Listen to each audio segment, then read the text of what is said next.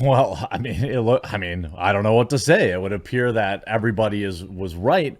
Um, oh, nothing to see, Jimmy Dore tweeted, nothing to see here, just a billionaire with a monopoly on information was censoring inaccurate news story at the behest of the FBI to favor a political party and an election outcome.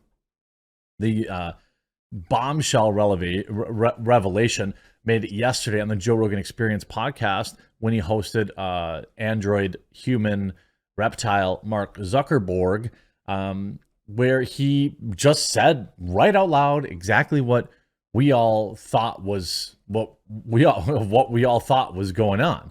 It's absolutely insane to me. And hey, a quick shout out. I don't know if you guys knew this. I've been doing a podcast every Thursday with Sydney Watson. I have it separated here on my main channel. I definitely think you should give it a listen. We're growing every single week, and we're going to have an audio-only version out next week, and I would love for you to check it out. Anyway, you can check all of our old episodes here. So you have Jimmy Dore writing that. You can see he's just casually admitting to supporting factual information for the FBI, suppressing it, as if it's perfectly normal and a fine thing to do, not even trying to hide it. What he had said in the interview was that the FBI had reached out to him preemptively, it would seem, to say, hey, there might be an information dump here coming up, and we're pretty sure it's Russian, so make sure you be very careful, which means, to suppress it. He then goes on to talk about how Twitter outright refused to allow it, and we all remember the New York Post getting locked out of their Twitter account. And this is like North Korean levels of censorship. I don't really know how else to describe this. People are demanding Mark Zuckerberg comes to Capitol Hill, which I think he should.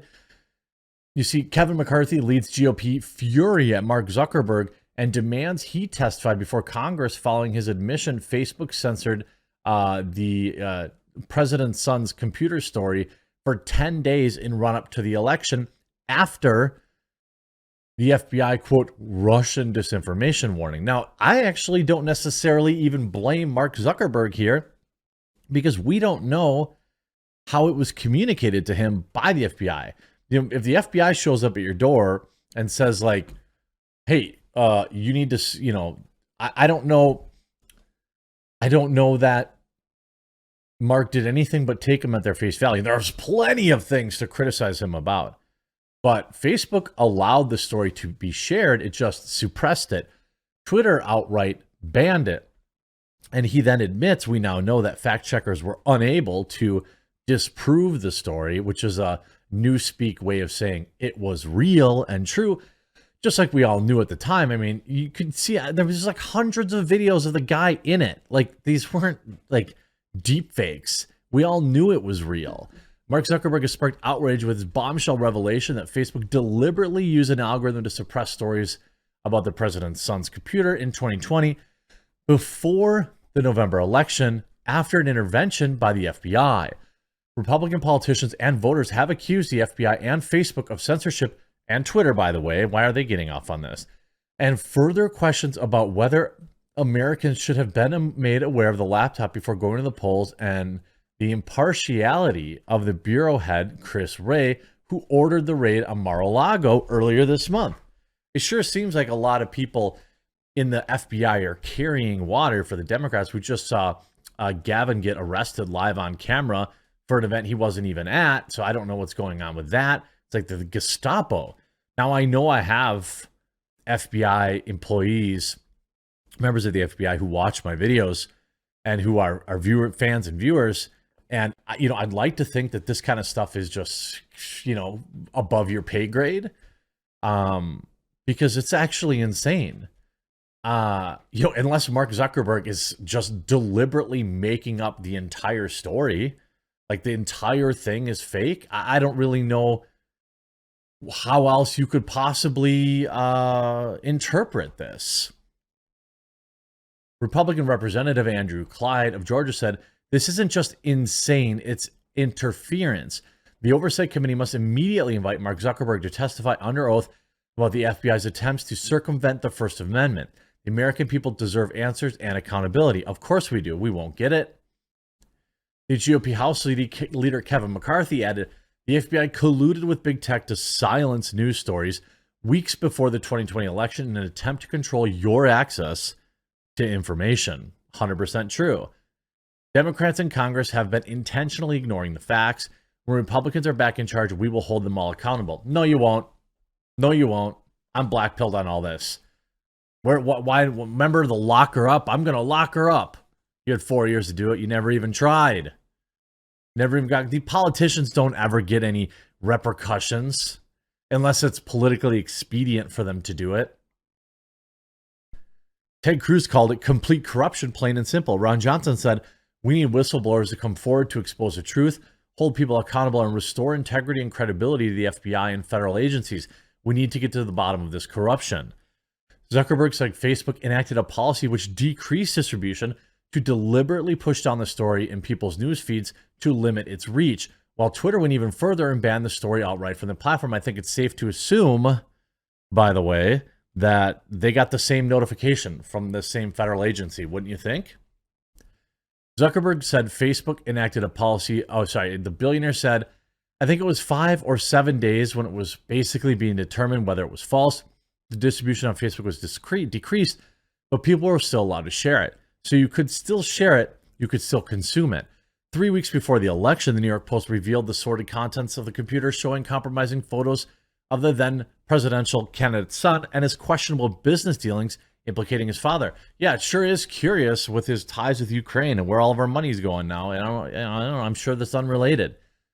The huge cache of files, emails, and photos was seen as many as like the smoking gun that could have turned the tide of the election. I don't know about all that for sure, but it's possible.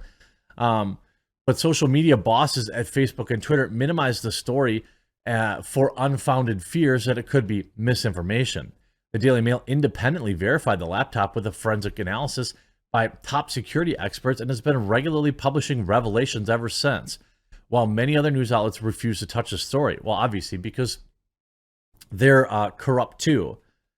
But now Zuckerberg has openly admitted how he tried to limit the electorate from accessing the stories in a terrifying insight into how easily democracy can be undermined by tech firms.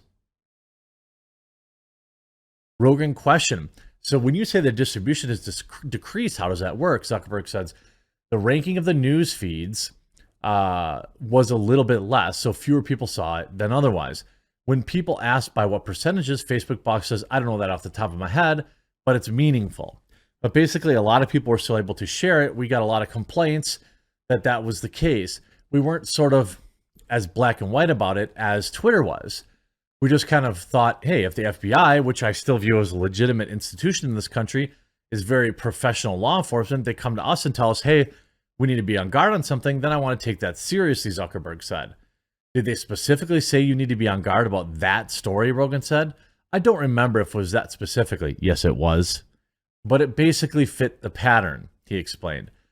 But Rogan then pushed further by asking about the aftermath of suppressing the story, which turned out to be factual. Yeah, man, it sucks. It turned out that after the fact, the fact checkers looked into it. No one was able to say it was false. So basically, it had this period where it was getting less distribution. I think it probably sucks, though. I think it's in the same way that probably having it go through like a criminal trial, but being proven innocent in the end sucks. Like it still sucks, but you had to go to the trial, but in the end, you're free at it. I don't know if the information would have been don't do anything or don't have any process. I think the process was pretty reasonable. We still let people share it, but obviously you don't want situations like that. At the time the story broke, more than 50 former senior intelligence officials signed a letter claiming that it had all the earmarks of Russian information. At the time the story broke, more than 50 former senior intelligence officials signed a letter saying, oh yeah, sorry, all the Russian information. During Thursday's interview, Zuckerberg said that the shift to attention to repeating on how Twitter prohibited the story and locked the New York Post account. We took a different path than Twitter. Basically, the background here is the FBI, I think, basically came to us. Some folks on the team were like, hey, just so you know, be on high alert, blah, blah, blah, blah, blah. Well, the FBI knew this was, they knew, right? They knew that this particular piece of information was going to come out. They knew that.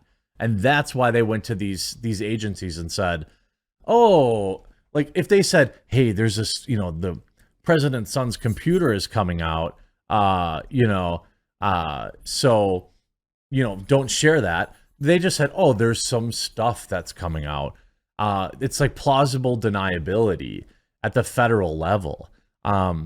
We all knew, everyone knew the story was real. Now, whether or not it would have turned the tides of the election, I don't think I can sit here confidently and say it would have, because it was like 10 days before the election. The amount of undecideds at that point in an election are minuscule. Would it been enough to turn the tide? Maybe. Certainly Trump would have pounced all over that. But, the people that were already choosing to vote for Biden were never going to see that information. It's not like just because Facebook said it was real that suddenly MSNBC would be journalists and do it, or CNN would suddenly have journalistic integrity and start doing it. They were going to just continue to ignore it anyway. So the people in their echo chambers were never going to see it. Like, yeah, Fox News ran stories about it, but like those voters were voting for Trump anyway. So like, I mean, you can only do so much when there's like 3 or 4 agencies that control the entire flow of all the information in this country, which is one of the most dangerous things that you can have in terms of freedom of speech and freedom of, free flowing of information and democracy in general. The Democrats are always whining about the democracy's under attack. Well, you're the ones doing it. You're the ones doing it.